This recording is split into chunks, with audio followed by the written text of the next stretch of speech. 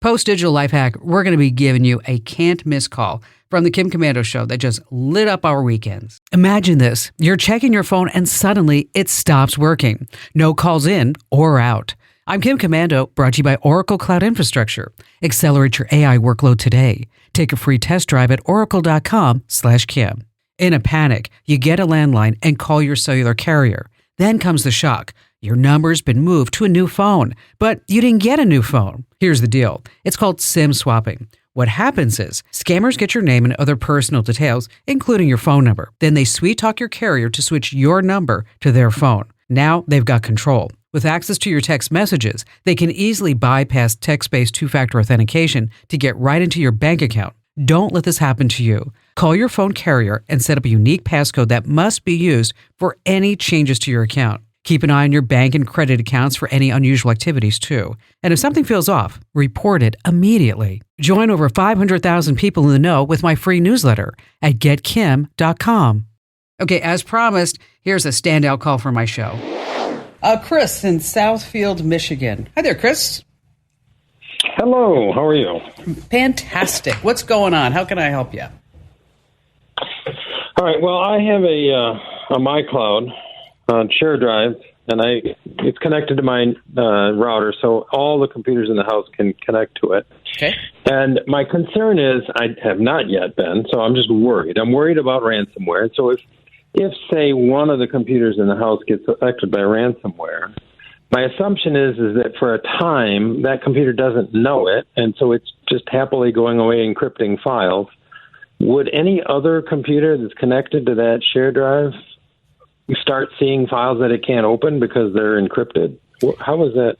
Yeah, it can go out. There are different variants, but the hackers and the ransomware purveyors, they've gotten pretty sophisticated.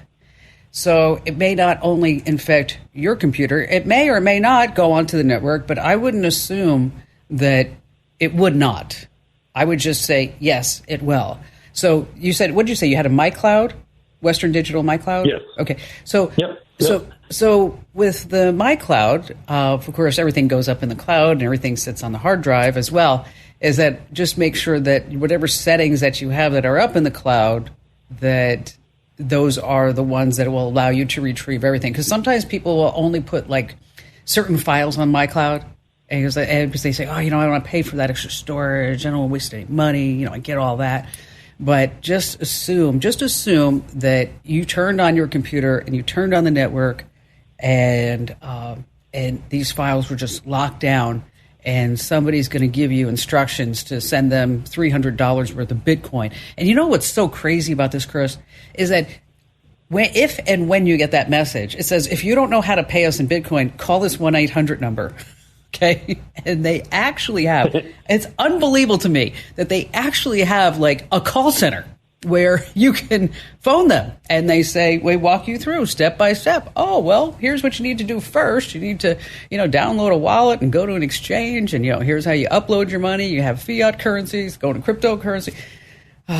Nuts. It is nuts. Hey, major thanks for giving me your listening time today. And if a tech question is just gnawing at you, don't keep it to yourself. Share it with me. Hop on over to komando.com and hit email Kim.